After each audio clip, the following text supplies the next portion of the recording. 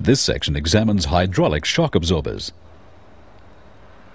The most widely used hydraulic shock absorber is the direct-acting telescopic type. It can be fitted as a self-contained unit or combined with a suspension strut. The strut type uses the same principle of operation but is considerably larger. The hydraulic shock absorber provides its dampening action by transferring oil under pressure through valves which restrict the oil flow. The twin tube type is the most common. The outer tube is normally attached to the suspension member at its base, and the inner tube provides a working cylinder for a piston which is attached to a piston rod. The piston rod is connected to the frame at its outer end, and a bearing at the top of the outer tube keeps the rod in alignment as it moves in and out of the shock absorber with suspension action. A seal above the bearing prevents oil leakage and keeps out dirt and moisture. A shroud protects the rod from damage. During bumps or compression, the rod and its piston move into the shock absorber. In rebound or extension, the rod and piston move out of the shock absorber. For dampening to be effective, resistance is needed in both directions. This is provided by the oil and by disc valves attached to the piston and the base of the inner tube.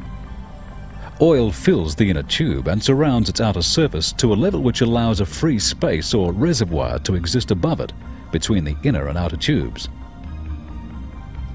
On bump or compression, the piston and rod move downwards in the cylinder, resulting in a small pressure drop in the chamber labelled A above the piston. At the same time, the volume of the chamber labelled B below the piston is reduced, causing a high fluid pressure. This unseats the piston intake valve, and fluid flows up through the outer passages in the piston and into chamber A.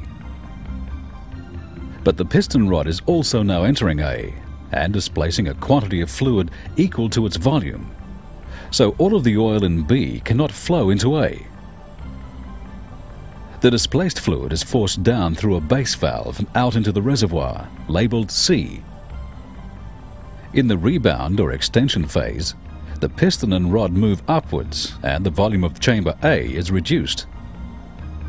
Chamber A becomes a high pressure area, and fluid flows through the extension valve in the piston into chamber B.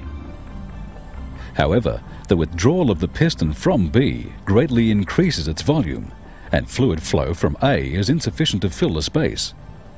Pressure in B falls below that of the reservoir, causing the base intake valve to be unseated. Fluid flows from the reservoir into chamber B, keeping the inner tube full. The valves provide control over the amount of force required to pass fluid through them at any given piston velocity. They can be made to open in stages according to fluid pressure. This allows light resistance to motion when the piston moves slowly and heavy resistance when piston velocity is high.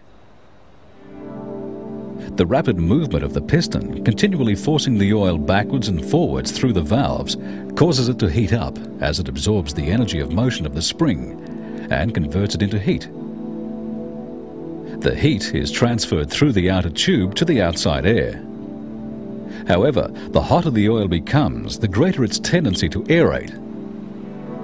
Aeration occurs because of the high velocity of the oil as it passes through the small passages in the valves.